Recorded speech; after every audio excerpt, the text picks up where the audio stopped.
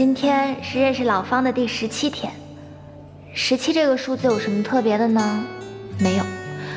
这一天，我第一次吃到了老方做的菜，虽然和老李头相比还有一点点的差距，不过已经很好吃了。希望以后还能吃很多很多次。怎么样，老方做的菜还不错吧？还行吧，就那样。你这丫头啊，一点礼貌都没有。虚心接受批评。哎，不好吃你还拍干嘛呀？我说还行，又没说不好吃，而且我就是喜欢这个盘子，拍张照怎么啦？老李头的店里来过很多厨师，方思维是第一个愿意听我意见的人。他和其他的厨师真的不一样。难得的周末，老方又在研究新菜，还哼着歌，看起来心情不错。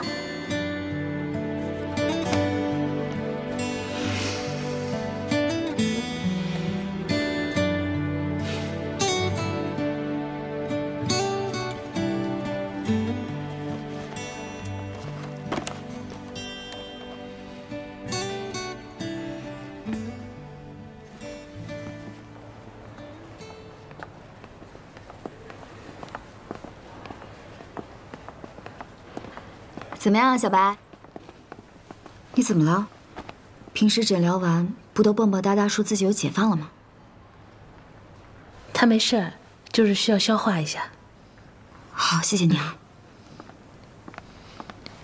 沈英姐，怎么了？我以后对老方再也没有秘密了。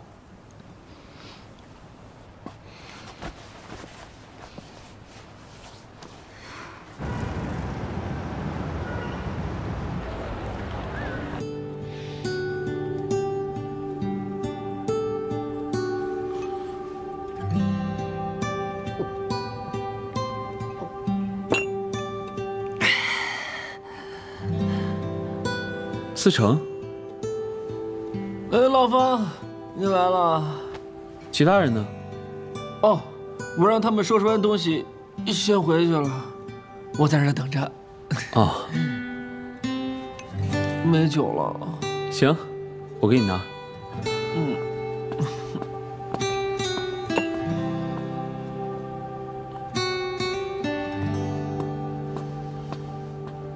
没酒，这不还多着呢。哦，还有啊，来，还有，哎，我给你倒。哎，来，吃起来。不回家？不回家，酒太多了，陪你消一点。够义气。来。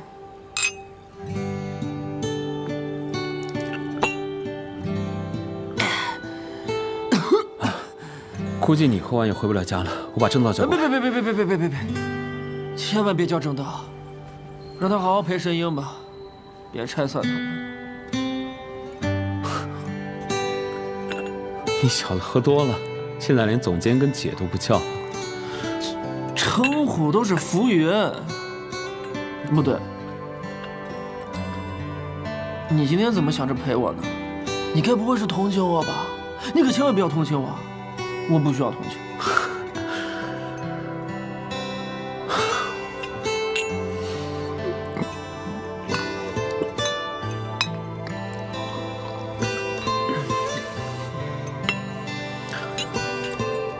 有时候年纪小，分不出来什么是爱，什么是依赖。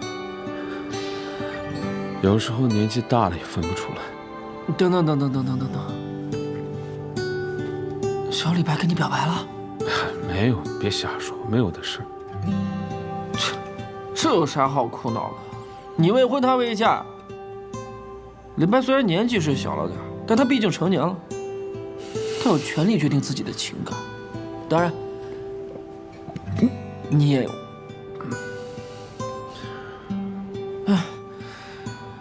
如果你真的很苦恼的话，我教你招，做道菜给他吧。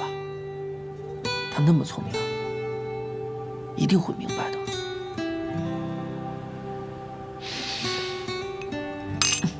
哎呀，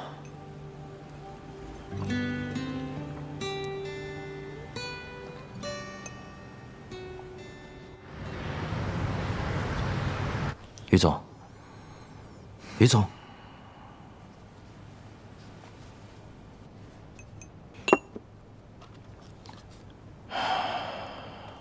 这个姑娘叫庄严，是艾森的摄影总监。这臭小子，整天不务正业。你确定这姑娘在艾森做摄影师吗？是的，她是少爷的师傅。我一定要让她出国。她越来越不像话，整天无所事事，大庭广众之下，这像什么样子呀？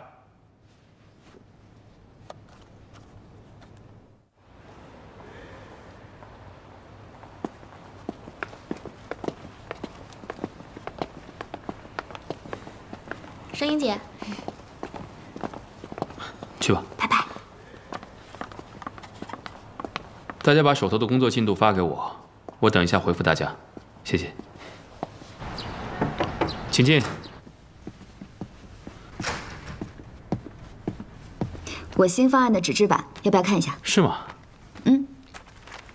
我们休假的时候，虽然大部分的媒体都帮我们澄清了丑闻，可是依旧还有小部分在嚼舌根。意料之中。余生也不会轻易放过我们的。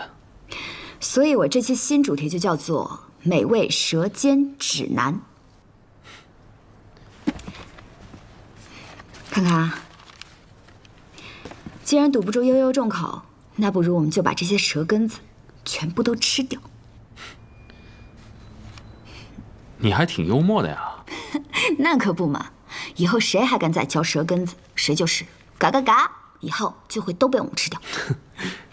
好，那我们就做这个主题。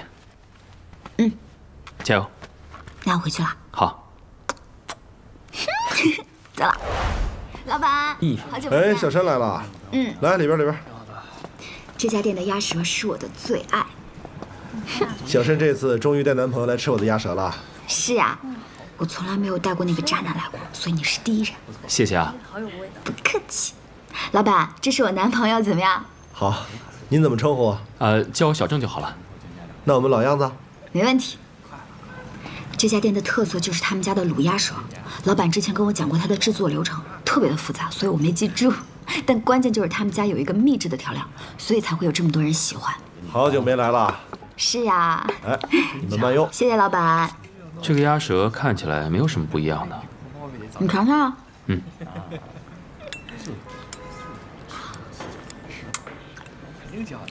宿舍4个人，就差你一个。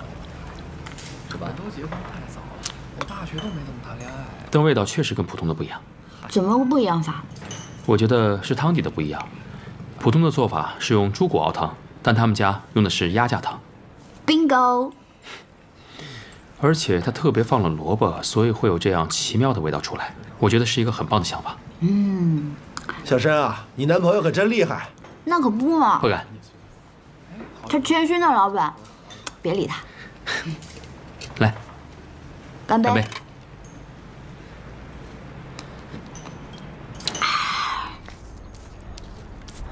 好，就这样，拍吧。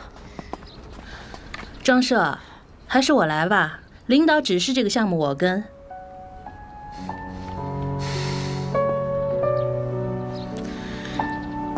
张社，帮我补个光。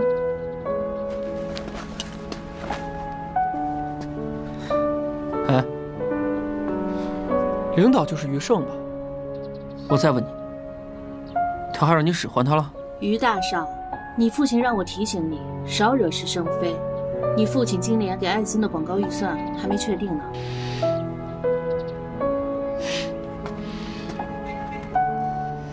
张社，快点！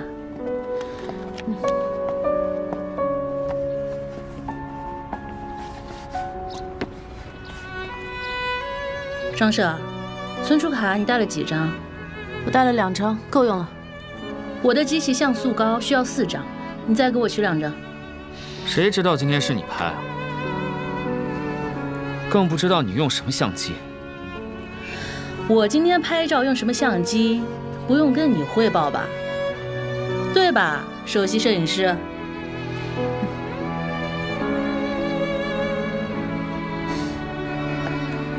我去拿。庄严，庄严，卤鸭舌、蒜蓉牛舌、凉拌猪舌。如果我们的指南里还要加入一道羊舌的话，那你再想想还有什么样的做法呢？爆炒、凉拌，感觉都没有什么新意。羊舌腥味比较重，保存时间又比较短。那有没有什么保存时间长、风味又好的制作方法呢？你有没有想过熏制？熏制？头天晚上卤好以后，把羊舌放到汤底里，第二天烧开。我们可以用陈皮、红糖还有茶叶来熏制。羊肉性温热，茶叶可以选择温性乌龙茶，或者是热性红茶。好办法，我们可以春夏的时候用乌龙茶，秋冬的时候用红茶。可以啊，就这么决定了。如果问一个工作的我为什么这么开心的话，我会说，因为他无论何时都在那里。和他一起工作的日子里，让我明白不好吃并不是好吃的对立面，而是作为料理的一部分永存。不管好不好吃，里面都有四季和烟火。只要有人愿意陪着你，你也愿意陪着他，那天天都是米其林。小伙子，吃生蚝吗？比牛排更补。老板，你家不是牛排店吗？为什么会有生蚝啊？隔壁生蚝店是我老婆开的。好啊，老板，我们改天去，谢谢你。谢谢老板。锅长呢？像要补的样子吗？还是补一补吧。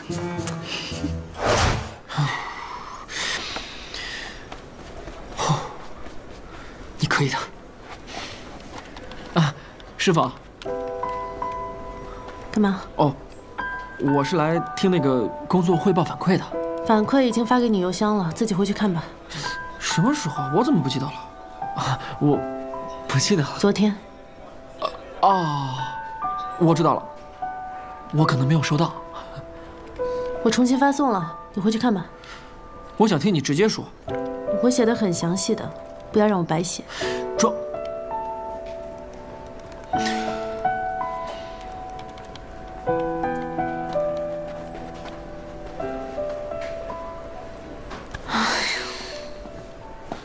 这个你一会儿去找点资料，知道吗？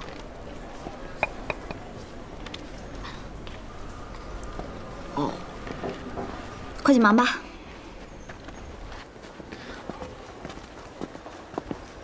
燕姐，您来了。来了。哎呦，老板娘，哎呀，坐。郑涛给我打完电话呀，我就尝试着做了2份这个。想着呢你们忙。今天我正好到这边来办事儿，我就迫不及待的给你们带过来了。麻烦您了。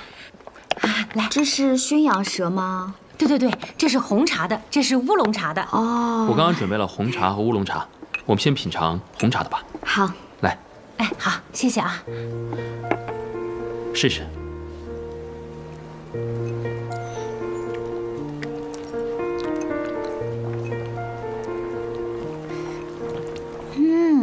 跟我之前吃过的熏羊舌感觉都不太一样哎。我们再来试试乌龙茶的。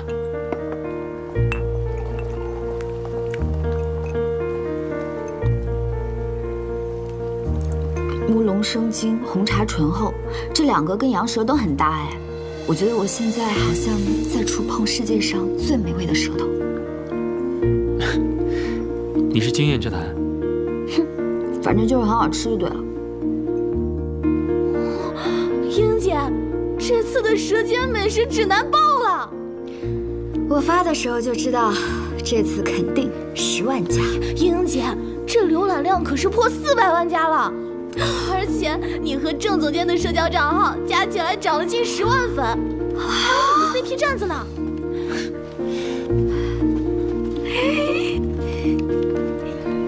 哎呦，你可太牛了！哎呦，厉害啦，英子！看什么呢？笑得这么开心。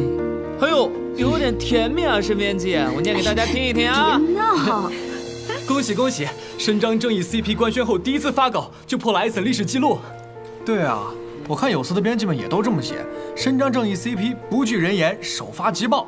日后的推荐我们拭目以待了。哎呀，大家都不要这么客气了，搞得我都不好意思。你怎么不说说我贡献的红茶呢？啊？哎，米润大说我们这次最大的甲方看到了这次活动的火爆，要和我们增加策划会呢，要求美食组全员到场。最大的甲方？没错，就是盛世集团。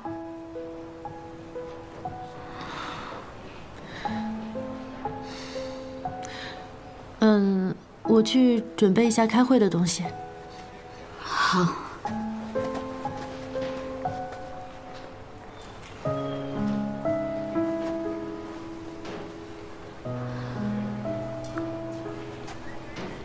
您请留步，我告辞了。于总辛苦了，那我就不送了。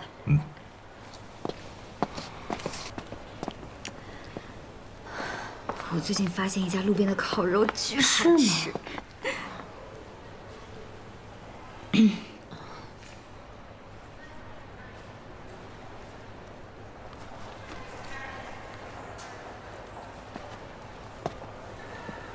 庄小姐，我不支持你跟思成在一起。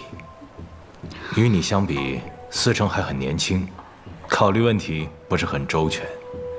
我相信庄小姐应该是个聪明人。如果你愿意的话，我会介绍你去国内其他的公司，甚至去国外发展。当然，条件你随便提，我会尽量满足你。我想，庄小姐应该明白我的良苦用心吧。您的言下之意是让我离开于思成？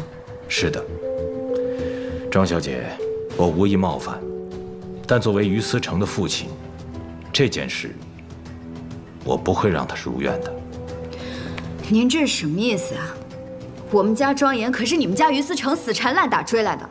申编辑，申编辑，这是我的私事。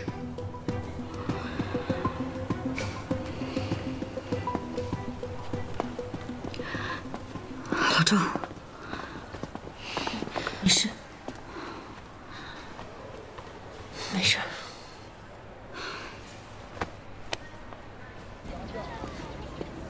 哎，老董，老方呢？出差去了。哦，那行，那我先走了。哎，别走，他呢让我给你订了一道菜，吃完再走啊。先坐，先坐。哦。你找方思维什么事儿啊？私事。哦，他应该是出去考察去了，你要见他可等着吧。哦，哎呀，嘿，好，来。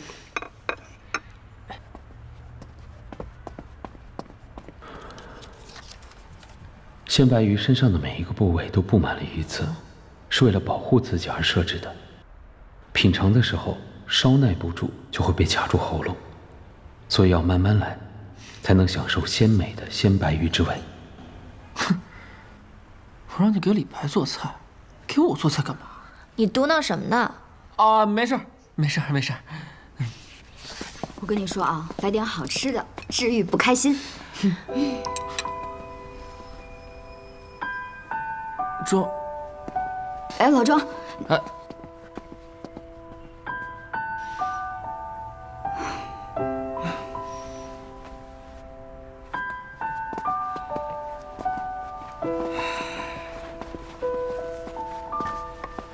谢谢。我还以为你们会因为余胜跟我绝交呢。说什么呢？你是我们认定的朋友，怎么会因为你父亲的关系而改变呢？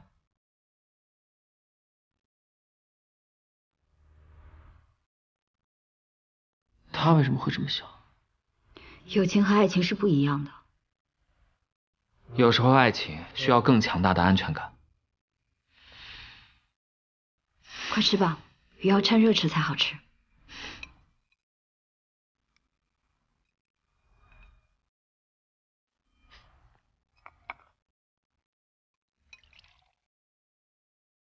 鲜白鱼身上的每一个部位都布满了鱼刺，是为了保护自己而设置的。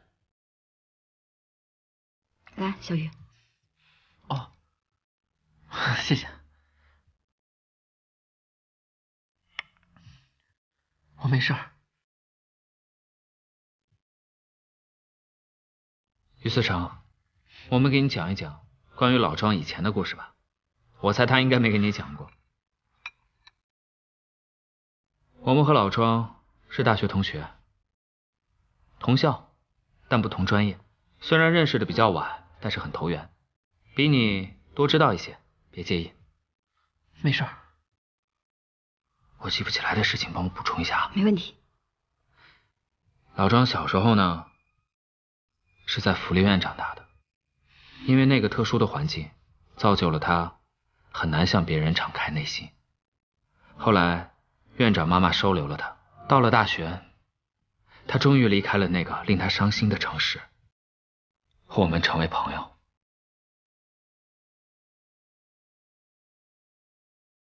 后来他遇到了一个让他心动的男生，于是我跟老范就鼓励他勇敢的去追求那个男生。他俩度过了一个很愉快的时光，直到毕业的来临。毕业的时候，那个男生的父母希望他能出国留学，并且希望通过投资移民改变国籍。可是老庄的出身和那个男生父母的态度，决定了毕业就是离别。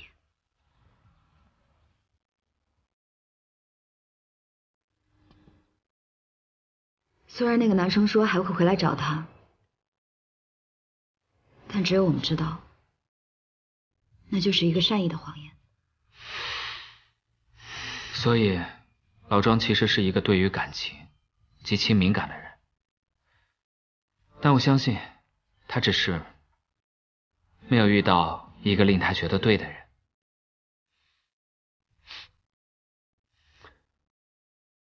我明白了，我一定会追回他的。我从来就没有想过要骗他。我们俩都支持你。不过心急吃不了热豆腐，慢慢来。对啊，小鱼，罗马可不是一天就建成的。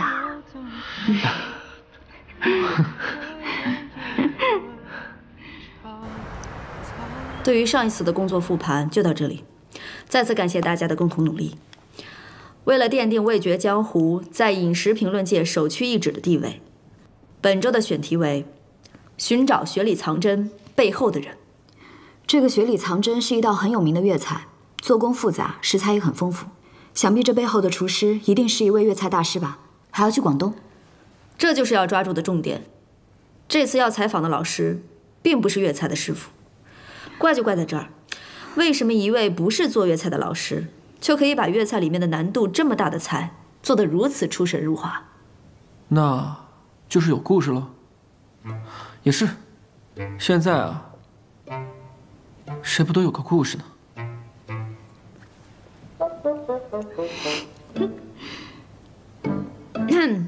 那本周呢，还是郑总监和申英一起做这个主题。好了，散会。申英姐，伸张正义，出其不意，必胜！必胜！必胜！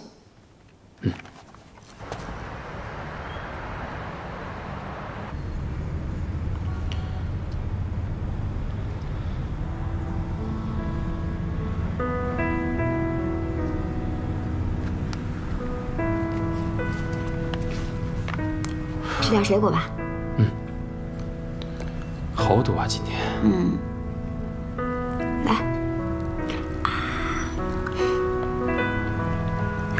小时候啊，我每次春游，我妈都会给我带上一盒水果。那个时候别的小朋友都是带零食，只有我吃水果，所以以前我特别羡慕别的小朋友。可是我现在呢，就觉得小时候我妈妈准备的水果才是最好吃的，因为这个是我童年的独家定制。你呢？我小时候啊，我妈妈最会做的菜，雪里藏针，那个是我小时候最佳的独家记忆。这么巧啊？那叔叔呢？叔叔一般会给你做什么菜？我就不记得了。他不是一个合格的丈夫和父亲，他继承了他师傅的事业以后，就不管我跟我妈妈，直到我妈妈生病去世。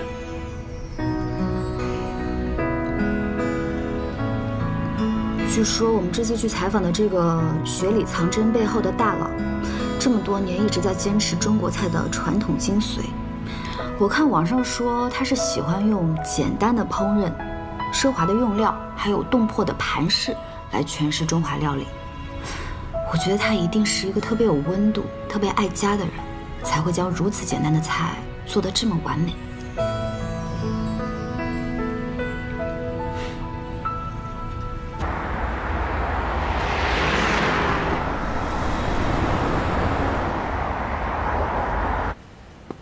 有味，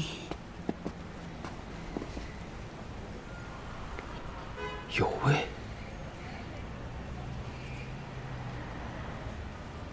真的，走啦。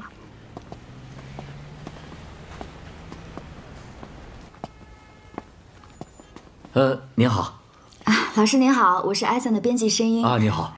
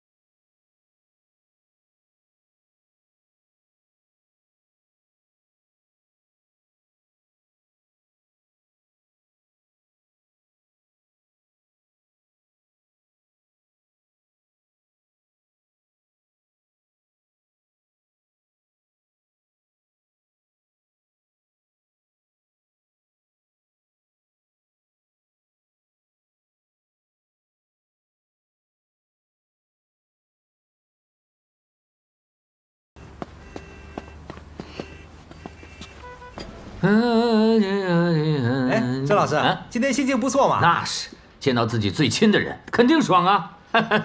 去，准备雪里藏针。哎，好嘞。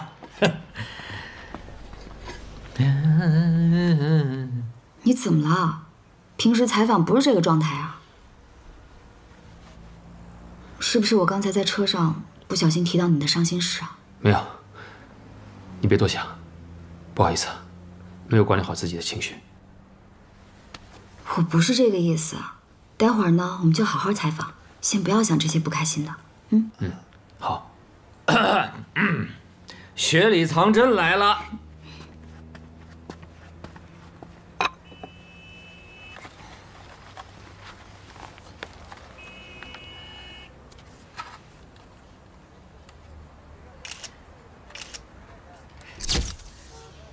啊，不好意思啊，这是我的工作需求。啊，没关系，来。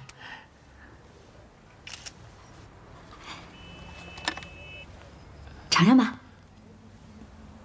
哎，二位，请。请。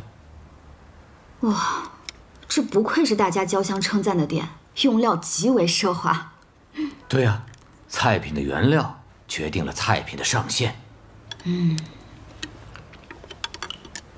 厨师的人品决定下限。